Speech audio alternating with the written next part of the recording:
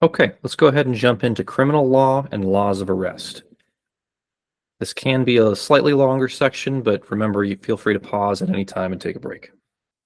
We'll talk about the following during this module: authority and responsibility of a security guard, laws of arrest, search and seizure, as well as criminal law.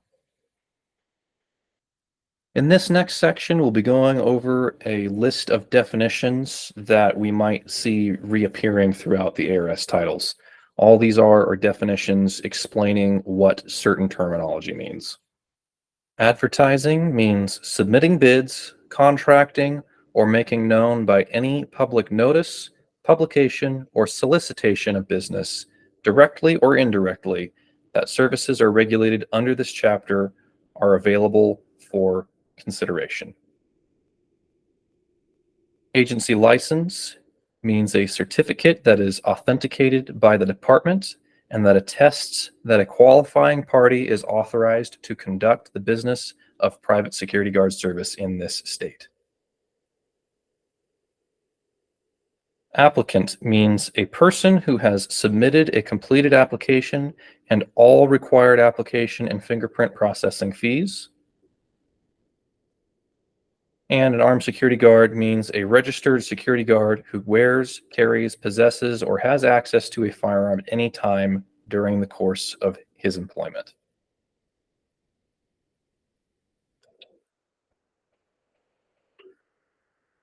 Associate means submitting bids, contracting, or making known by any public notice, publication, or solicitation of business, directly or indirectly. The services regulated under this chapter are available for consideration.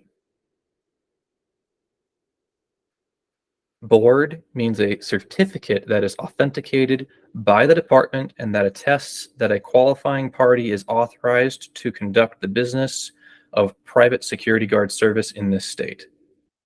Conviction means an adjudication of guilt by a federal, state, or local court resulting from trial or plea, including a plea of no contest, regardless of whether or not the adjudication of guilt was set aside or vacated.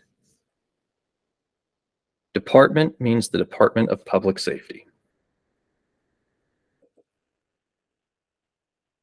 Director refers to the director of the Department of Public Safety.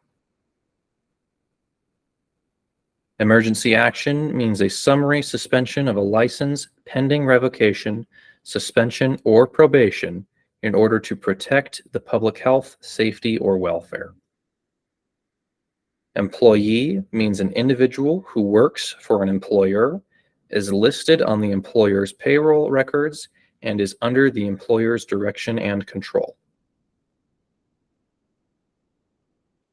Employer means a person who is licensed pursuant to this chapter, who employs an individual for wages or salary, who lists the individual on the employer's payroll records, and who withholds all legally required deductions and contributions.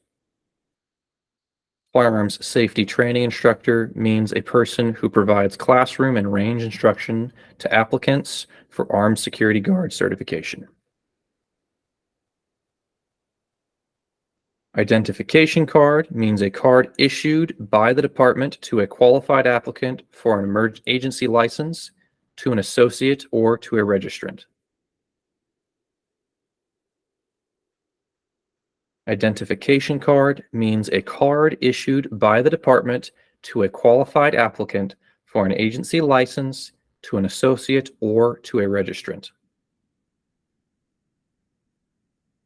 Letter of concern means an advisory letter to notify a licensee or registrant that while there is insufficient evidence to support probation, suspension, or revocation of a license or registration, the department believes the licensee or registrant should modify or eliminate certain practices, and that continuation of the activities that led to the information being submitted to the department may result in further disciplinary action against the person's license or registration. Licensee means a person to whom an agency license is granted pursuant to Article 2 of this chapter. Proprietary company means a company that employs security guards or armed security guards solely for use of and service to itself and not for others. Private security guard service means any agency, individual, or employer in the business of furnishing to the public for hire, fee, or reward dogs, watchmen, patrol services, private security guards, or other persons to protect human life or to prevent the theft or the misappropriation or concealment of goods, wares, merchandise, money, bonds, stocks, notes, choices, in action or other property, valuable documents, papers, and articles of value. Qualifying party means the individual who meets the qualifications under this chapter for an agency license. Registrant means an employee of a licensed agency who is qualified to perform the services of a security guard. Registration certificate means a certificate that is authenticated by the department and that attests that an employee of a business holding an agency license has satisfactorily completed with Article 3 of this chapter. Restructuring means any change in a business's legal status. Security guard training instructor means a person who provides instruction to applicants for unarmed security guard certification. And security guard means any person employed by a private security guard service or proprietary company as a watchman, patrolman, bodyguard, personal protection guard, or private security guard, or any other person who performs security guard services but does not include any regularly commissioned police or peace officer or railroad police appointed pursuant to Section 40-856. Unprofessional conduct is defined as any of the following: engaging or offering to engage by fraud or misrepresentation in activities regulated by this chapter, aiding or abetting a person who is not licensed or registered pursuant to this chapter in representing that person as a security guard in this state, gross negligence in the practice of a security guard, failing or refusing to maintain adequate records on a client containing at least sufficient information to identify the client, the dates of service, the fee for service, and the payments for service. Committing a felony or a misdemeanor involving any crime that is grounds for denial, suspension, or revocation of a security guard agency license or employee registration certificate. In all cases, conviction by a court of competent jurisdiction or a plea of no contest is conclusive evidence of the commission.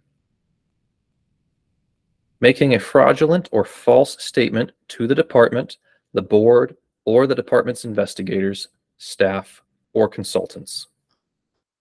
Next, we'll be discussing Title 32, Chapter 26, Authority and Limitations of Security. If you'd like to read any of the following for yourself, please follow along by scanning the QR code. This title runs through the following: do not pretend to be a security guard if you do not possess a security guard license. Do not dress up as a security guard if you do not possess a security guard license. Do not do any work on site as a security guard if you do not have a security guard license. And do not pretend to be or work as a training instructor if you do not have a security guard training instructor license. Failure to comply with any of what we just discussed may result in you being charged with a misdemeanor. Here is an example of what a security guard license should look like, specifically an unarmed license. On the card should be the name of the guard, the expiration date of the card, photograph of the guard, physical description of the guard's registration number. The card will specify if it is unarmed or armed. If it is an armed card, it will have the information identifying the employee as being armed for a specific employer, and such other information as may be determined necessary by the director. As security guards, we are legally obligated to carry our guard cards with us at all times when we are on site in uniform conducting security work.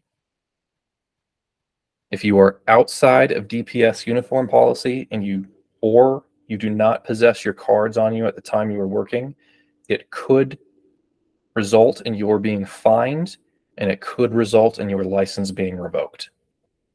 Once again, as security guards, we are not the police and we do not possess police authority or protections. When we operate as security on our properties, we're acting in the guise of a private citizen. Whatever company you work for should provide some or all uniform items required by DPS for you to wear at work, but ultimately, DPS holds the individual security guard responsible for being sure they are within DPS uniform policy. Failure to abide by any of the rules we've just discussed could result in you being charged with a misdemeanor. It is an expectation of security that you will make aware any law enforcement officer or county attorney any information in regards to a criminal offense. As licensed security, if you are ever arrested, you will have 48 hours from the time of your arrest to notify your employer. Your employer will then have 24 hours after being notified to then notify the Department of Public Safety. Let's talk briefly about Title 13, Chapter 4, Justification of Civil Liability. If you'd like to follow along, please scan the QR code found here. As you progress through this course, we'll discuss justified conduct again and again. What you need to remember for now is that anytime conduct is ruled justified, there is no civil liability, meaning that it'd be very difficult for somebody to sue you for damages in court afterwards. Justification use of reasonable and necessary means. What's important to remember here is that once somebody has legally been classified as a prisoner, they've been convicted of a crime, and they now reside in a prison or being transported to or between prisons. If they attempt to escape, security and law enforcement can use reasonable and necessary means, including deadly force, to prevent that prisoner from escaping custody. Up next is laws of arrest. Feel free to follow along by scanning the QR code.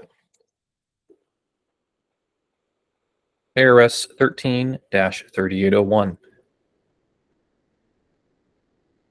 Public offenses may be prevented by intervention of peace officers as follows: by suppressing riots, by forming a police detail in cities and towns and requiring their attendance in exposed places,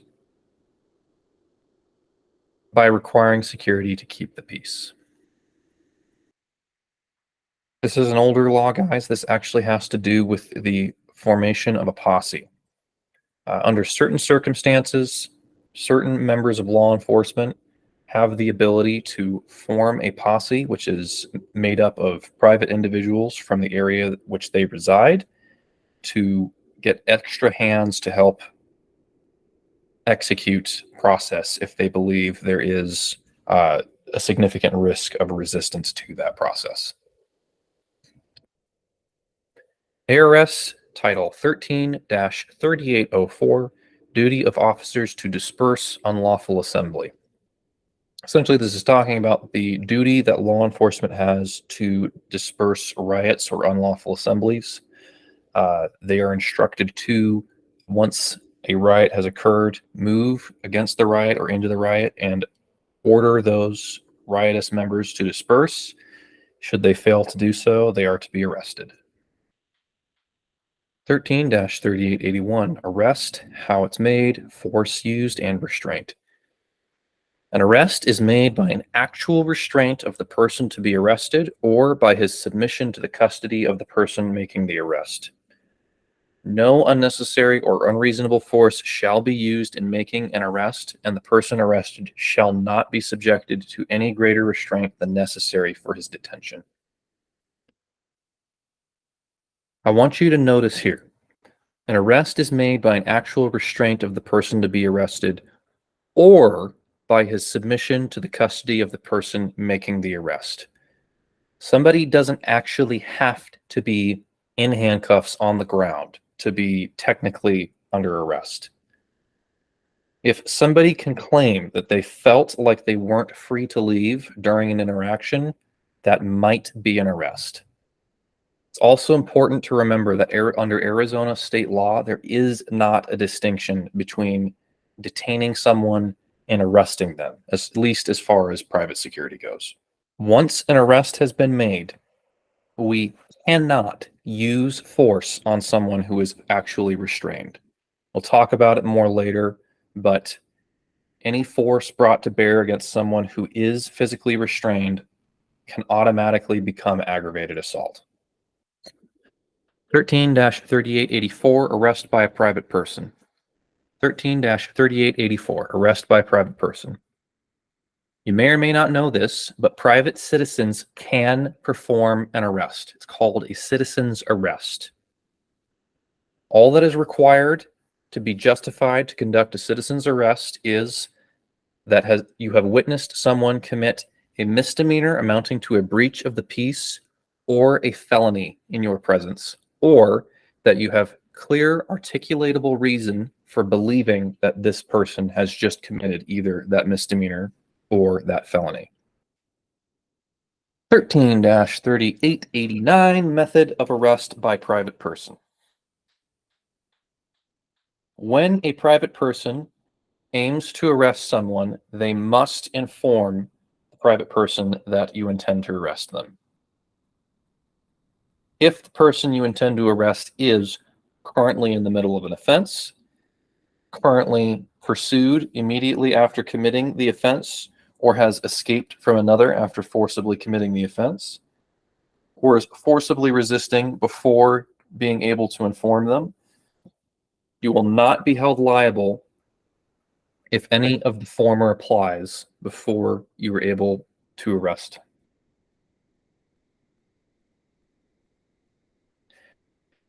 If the person you intend to arrest is currently in the middle of an offense, is pursued immediately after committing the offense, or has escaped from another after committing the offense, forcibly resists before being able to inform them, you will not be in trouble if you were not able to inform them of your intent upon the arrest.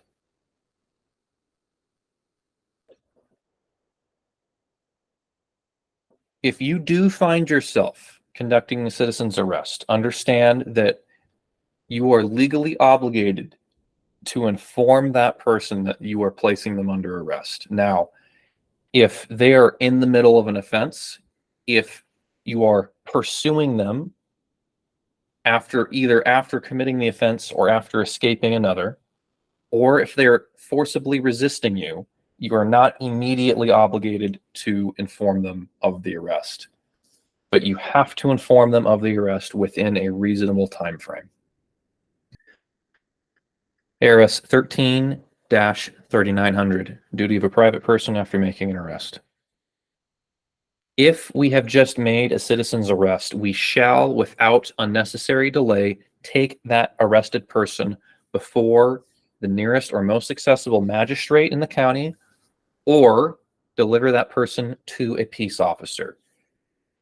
These days, 99.99% of the time, you will be calling the police, and the police will show up and take that arrested person off your hands. We don't really transport prisoners to the county courthouse anymore. Continuing on to search and seizure. The right of the people to be secure in their persons, houses, papers, and effects against unreasonable searches and seizures shall not be violated, and no warrants shall issue but upon probable cause supported by oath or affirmation, and particularly describing the place to be searched and the persons or things to be seized.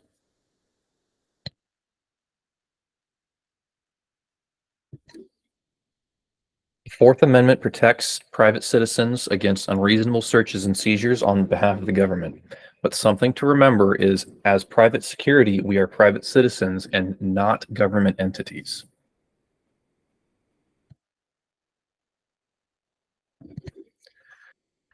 What that means is there may be times in your role as a private security guard on certain properties where, due either to patrons signing certain terms of agreement or due to the fact that it is the private property of your client, you may be able to enter areas of the property or search people's belongings without the need for a warrant or anything similar.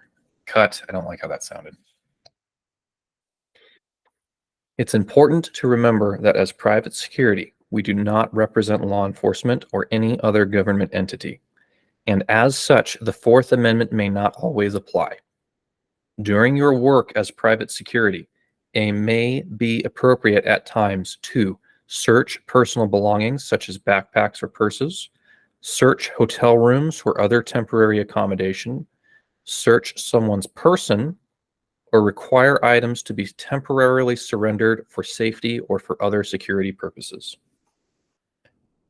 ARS Title 13-3925 on lawful search and seizure talks a little bit about the handling of evidence found as a result of any kind of search or seizure. Any evidence that is found by law enforcement is supposed to appear in court and should only be suppressed in a court hearing for very specific circumstances. It's also important to make note that law enforcement can make mistakes at times and still have protections in place and still be allowed to present evidence found under certain circumstances. On to criminal law. The following is a list of definitions for crimes under Arizona state law. We'll go through these one by one. Negligent homicide is a charge which can be applied to someone who performed an action which resulted in the death of a third party where no harm was intended. Manslaughter is referring to an action by a person which resulted in the death of a third party, which was either extremely reckless in regards to human life or intended harm, but not necessarily to kill that other party. The line or the distinction between manslaughter and murder can be very blurry, but my understanding is manslaughter in general is harm was intended, but not necessarily death. Second-degree murder refers to homicide that is not premeditated, meaning that it was not thought out ahead of time, it was not planned. It was almost a spur-of-the-moment decision. Whereas second-degree murder was not premeditated, first-degree murder is. First-degree murder is homicide that is premeditated, or in other words, that there was some amount of time, there was at least a moment where the perpetrator considered the action and made a decision or planned it out ahead of time. Endangerment is committed when a person places another at significant peril, whether or not any actual harm was done, due to some act of gross negligence or carelessness. The person commits threatening or intimidating by either word of mouth or by nonverbal action, implying that unlawful force or harm may come to a third party if they do not comply with the first person's wishes. So I may threaten or intimidate by literally threatening someone or by showing some sort of nonverbal action that implies harm. A person commits assault by intentionally, knowingly, or recklessly causing any physical injury to another person, intentionally placing another person in reasonable apprehension of immediate physical injury, or by knowingly touching another person with the intent to injure, insult, or provoke such person. It's important to remember that assault occurs anytime that a person does not give consent to be touched and that contact is made anyways, or if that first person is placed in reasonable apprehension of immediate physical injury. An easy example of this could be if person A beats up person B with their fists and strikes and attempts to assault person B. Another example could look like person A threatening to attack person B. Person B would then be placed in a reasonable apprehension of the immediate physical injury on the part of person A. A person commits aggravated assault if the person commits assault as prescribed by Section 13-1203 under any of the following circumstances. If the person causes serious physical injury to another. If the person commits the assault by any means of force that causes temporary but substantial disfigurement, temporary but substantial loss or impairment of any body organ or part, or a fracture of any body part. If the person uses a deadly weapon or dangerous instrument. If the person commits the assault while the victim is bound or otherwise physically restrained, or while the victim's capacity to resist is substantially impaired. If the person commits the assault after entering the private home of another with the intent to commit the assault. If the person is 18 years of age or older and commits the assault on a minor underneath 15 years of age. If the person commits assault as prescribed by Section 13-1203, and the person is in violation of an order of protection issued against the person. And if the person commits the assault knowing or having reason to know that the victim is any of the following. A law enforcement officer or any person summoned and directed by a law enforcement officer. A constable or a person summoned and directed by the constable while engaged in the execution of any official duties. Or if the assault results from the execution of the constable's official duties. A firefighter, fire investigator, fire inspector, emergency mechanic, medical technician, or paramedic engaged in the execution of their official duties. A teacher or other person employed by any school and the teacher or other employee is on the grounds of the school or grounds adjacent to the school.